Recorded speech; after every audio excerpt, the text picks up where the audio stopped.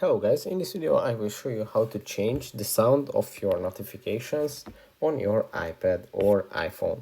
So first of all, go to settings, then go to the sounds menu here, and then you will see the sounds menu, the third one on the list, and here you will see all the available options for the different notifications, and you can choose the sound that you wish to use. So the first one is ringtone, second one is text tone, new mail, sent mail, calendar alert, reminder alerts, airdrop. So by tapping on any of these, you can choose the sound that you wish to use. As you can see, here are all the options, and of course the default iPhone sound.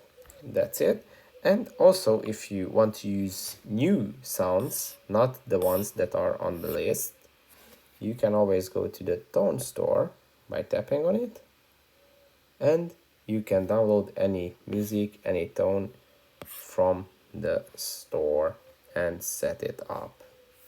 You can search for it here. So that's it for this video. I hope it was helpful for you. If it was, please consider subscribing. That would be really helpful for me. And see you in the next one.